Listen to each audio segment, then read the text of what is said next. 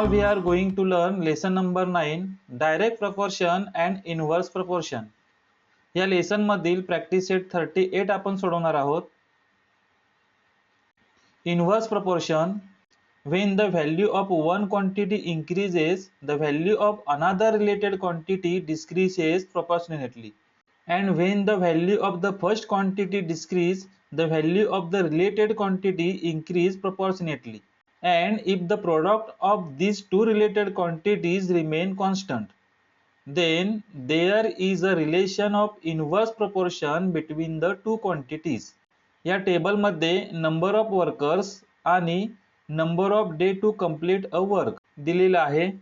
या ठिकाणी कामगारांची संख्या आणि कामगारांना एक काम पूर्ण करण्यासाठी लागणारे दिवस दिलेले आहेत. सुरुवातीला कामगार 4 होते, तर त्यांना एक काम पूर्ण करण्यासाठी 60 दिवस लागतात. त्यानंतर कामगारांची संख्या 6 झाली, त्यावेळेला त्यांना एक काम करण्यासाठी लागणारे दिवस 40 आहेत. कामगारांची संख्या आणखी वाढली, 10 कामगारांना तेच काम पूर्ण करण्यासाठी 24 दिवस लागतात.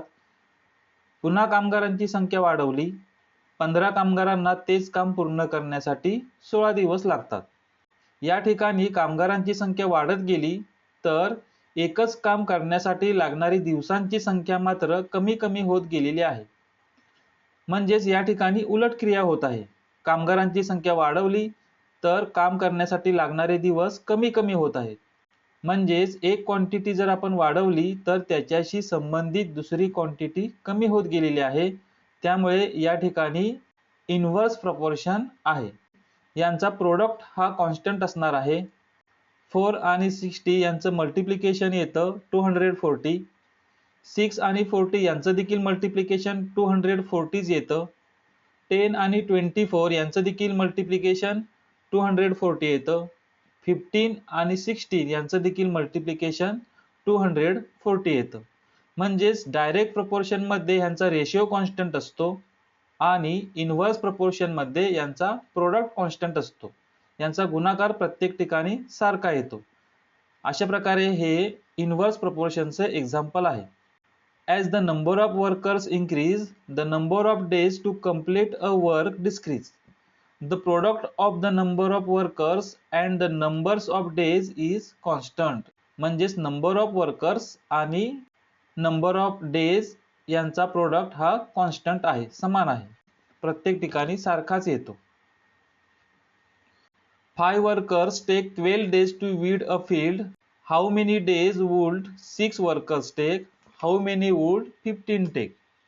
एका शेताची खुरपणी पूर्ण करण्यास 5 मजुरांना 12 दिवस लागतात, तर 6 मजुरांना किती दिवस लागतील?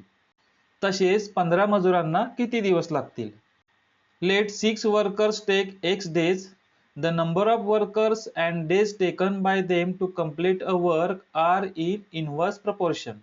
सुरुवातीला कामगारांची संख्या 5 आहे, त्यांना काम पूर्ण करण्यासाठी 12 डेज लागतात. कामगारांची संख्या जर वाढवली तर लागणाऱ्या दिवसांची संख्या न वाढता ती कमी होते, म्हणून या ठिकाणी इनव्हर्स प्रपोर्शन आहे. म्हणजेच या ठिकाणी यांचा प्रोडक्ट हा कॉन्स्टंट असणार आहे. वर्कर्स आणि नंबर ऑफ डे यांचा आपण मल्टिप्लिकेशन करणार आहे. 5 into 12 आणि 6 into x. सुरुवातीला आपण 6 आणि x यांचं मल्टिप्लिकेशन केलं आणि त्यानंतर 5 into 12 यांचं मल्टिप्लिकेशन केलं. अशा प्रकारे या ठिकाणी इक्वेशन तयार झालं. 6 into x is equal to 5 into 12. इक्वेशनच्या लेफ्ट साइडला असलेला 6 हा नंबर आपण राईट साइडला घेणार आहोत. 6 आणि x यांच्यामध्ये मल्टिप्लिकेशन आहे, त्यामुळे साइड चेंज केल्यानंतर 6 ने आपण डिवाइड करणार आहोत.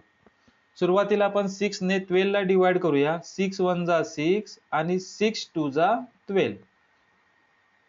आता 5 आणि 2 यांचं मल्टिप्लिकेशन होईल. 5 2 जा 10. Therefore x is equal to 10. 6 कामगारांना शेतीचे काम पूर्ण करण्यासाठी 10 दिवस लागतील. 6 workers will take 10 days. Similarly, त्याचप्रमाणे आपल्याला 15 कामगारांना किती दिवस लागतील हे शोधायचं आहे. वरील पद्धतीनेच हे आपण सोडवणार आहोत. 15 कामगारांना x दिवस लागतात आणि 5 कामगारांना 12 दिवस लागतात। याप्रमाणे आपण या ठिकाणी इक्वेशन तयार केलं आहे। 15 into x is equal to 5 into 12. 15 या नंबरने आपण 5 into 12 याला डिवाइड करणार आहोत। 12 आणि 5 यांचं मल्टिप्लिकेशन होतं 12 5 जा 60 आणि 60 ला आपण 15 ने डिवाइड केलं की क्वेश्चन येतो 4। 15 4 जा 60 आणि म्हणून 15 वर्कर्सना तेच शेतीचे काम पूर्ण करण्यासाठी 4 दिवस लागतील। 15 workers will take 4 days. Question number 2. Mohanrao took 10 days to finish a book, reading 40 pages every day. How many pages must he read in a day to finish it in 8 days? मोहनरावांनी रोज 40 पाने याप्रमाणे एक पुस्तक वाचले तर ते पुस्तक 10 दिवसात वाचून पूर्ण होते। तेच पुस्तक 8 दिवसात वाचून पूर्ण करायचे असल्यास दररोज किती पाने वाचावीत? Let the number of pages read be x to complete reading the books in 8 days. 8 दिवसामध्ये जर ते पुस्तक वाचून पूर्ण करायचं असेल तर रोज किती पाने वाचावीत हे माहित नाही, त्यामुळे आपण रोज वाचलेल्या पानांची संख्या x घेतलेली आहे। मोहनराव प्रत्येक दिवशी 40 पानं वाचतात तेव्हा त्यांना 10 दिवस लागतात। या ठिकाणी दिवसांची संख्या कमी केली तर रोज वाचाव्या लागणाऱ्या पानांची संख्या वाढणार आहे। म्हणजेच एक क्वांटिटी जर आपण कमी केली तर दुसरी क्वांटिटी वाढते, म्हणून या ठिकाणी इनव्हर्स प्रपोर्शन आहे। This is an example of inverse proportion. Mohanrao जेव्हा 40 पाने रोज वाचतात तेव्हा त्यांना 10 दिवस लागतात। मोहनराव जेव्हा रोज x पेजेस वाचतात तेव्हा त्यांना 8 दिवस लागतात। या ठिकाणी इनव्हर्स प्रपोर्शन आहे, त्यामुळे आपण एका क्वांटिटीची संबंधित दुसऱ्या क्वांटिटीशी मल्टिप्लिकेशन करणार आहोत। 40 into 10 आणि x into 8 हे आपण इक्वेशनच्या स्वरूपामध्ये लिहिलं। x into 8 is equal to 40 into 10. 8 हा नंबर राईट साइडला आहे, तो आपण लेफ्ट साइडला घेणार आहोत। x आणि 8 यांच्यामध्ये मल्टिप्लिकेशन आहे, त्यामुळे त्याची साइड चेंज केल्यानंतर 8 ने आपण डिवाइड करणार आहोत। सुरुवातीला आपण 8 ने 40 ला डिवाइड करूया। 8 1 जा 8, 8 5 जा 40। आता आपण 5 आणि 10 यांचं मल्टिप्लिकेशन करू। 10 5 जा 50। x is equal to 50. 50 pages should be read to complete reading the book. 8 दिवसामध्ये ते बुक वाचून पूर्ण करायचे असेल तर प्रत्येक दिवशी मोहनरावांना 50 पेजेस वाचावी लागतील। Question number 3. Mary cycles at 6 km per hour. How long will she take to reach her aunt's house, which is 12 km away? If the cycle at a speed of 4 km per hour, how long would she take? मेरीचा cycle चालवण्याचा वेग ताशी 6 kilometre आहे। ती 12 kilometre अंतरावरील मावशीच्या घरी जाणार आहे, तर तिला किती वेळ लागेल? तर या ठिकाणी 3 घटक आपल्याला आवश्यक आहेत, स्पीड, टाइम आणि डिस्टन्स। मेरी जेव्हा 6 किलोमीटर प्रति ताशी वेगाने सायकल चालवते तेव्हा तिला 12 किलोमीटर अंतर जाण्यासाठी लागणारा वेळ आहे x hours, कारण वेळ आपल्याला माहित नाही। मेरी ज्या वेळेला 4 किलोमीटर पर आवर या स्पीडने सायकल चालवते तेव्हा तिला 12 किलोमीटर अंतर जाण्यासाठी लागणारा वेळ आपल्याला माहित नाही, त्यामुळे आपण या ठिकाणी y hours घेतलेला आहे। या ठिकाणी दोन इक्वेशन तयार होतील। पहिलं इक्वेशन होईल 6 into x is equal to 12. Speed into time is equal to distance हा या ठिकाणी कॉन्स्टंट आहे, म्हणजेच आपल्याला कॉन्स्टंटचा हा फॉर्म्युला वापरून हे एक्झाम्पल सोडवायचं आहे। Speed into time is equal to distance. सुरुवातीला स्पीड आहे 6, टाइम आहे x आणि डिस्टन्स आहे 12। 6 into x is equal to 12. 6 ने आपण 12 ला डिवाइड केलं की आन्सर आपल्याला मिळतं 2. मेरी text 2 hours at the speed of 6 km per hour. मेरी ज्या वेळेला 6 किलोमीटर प्रति तास वेगाने सायकल चालवते तेव्हा तिला 12 किलोमीटर अंतर जाण्यासाठी 2 तास लागतात। आता आपल्याला पुढील इक्वेशन पाहायचं आहे। 4 into y is equal to 12. कॉन्स्टंटचा जो फॉर्म्युला आहे तोच या ठिकाणी आपल्याला वापरायचा आहे।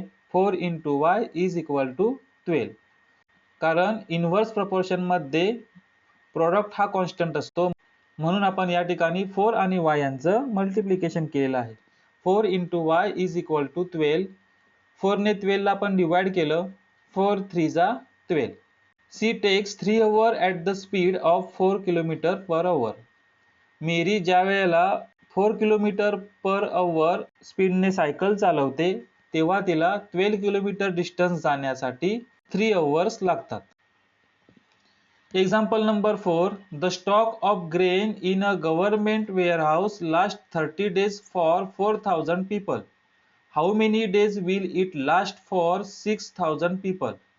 एका शासकीय गोदामातील धान्यसाठा 4,000 माणसांना 30 दिवस पुरतो, तर तो धान्यसाठा 6,000 माणसांना किती दिवस पुरेल? सुरुवातीला माणसांची संख्या होती 4,000. माणसांची संख्या वाढल्यानंतर या ठिकाणी दिवसांची संख्या कमी होणार आहे. म्हणजे एक क्वांटिटी जर वाढली तर दुसरी क्वांटिटी कमी होते, उलट क्रिया होते. म्हणून हे देखील इनव्हर्स प्रपोर्शनचं एक्झाम्पल आहे. सुरुवातीला माणसांची संख्या आहे 4,000. त्यावेळेला गोदामातील धान्यसाठा 30 दिवस पुरतो. त्यानंतर माणसांची संख्या वाढली, 6,000 झाली. त्यावेळेला दिवसांची संख्या कमी होणार आहे. त्यामुळे आपण संबंधित क्वांटिटीचे मल्टिप्लिकेशन करणार आहे. 4,000 × 30 आणि 6,000 × x. या ठिकाणी आपण इक्वेशन घेतलं. 6,000 × x इज इक्वल टू 4,000 × 30. 6,000 हे आपण राईट साईडला घेतले की 6,000 ने आपण डिवाइड करणार आहोत. डिवाइड करत असताना 4,000 आणि 6,000 या दोन्ही नंबर्स मध्ये 3 टाइम्स 0 आहे. 3 वेळा 0 आलेली आहेत. ते आपण सुरुवातीला कट करूया. 0 आपण कट केले. त्यानंतर 4 आणि 30 यांचं मल्टिप्लिकेशन येतं 120 आणि डेनोमिनेटर मध्ये 6 शिल्लक आहेत, ते आपण 6 घेतले. आता 6 ने 120 ला आपण डिवाइड केलं की क्वेश्चन येतो 20. The stock of grain will last for 20 days. जर आपण माणसांची संख्या 6,000 केली तर गोदामातील धान्यसाठा 20 दिवस पुरणार आहे. मुलांनो, या ठिकाणी प्रॅक्टिस सेट 38 आपला सोडवून पूर्ण झालेला आहे. पुढील व्हिडिओच्या माध्यमातून आपण प्रॅक्टिस सेट 39 सोडवणार आहोत. धन्यवाद.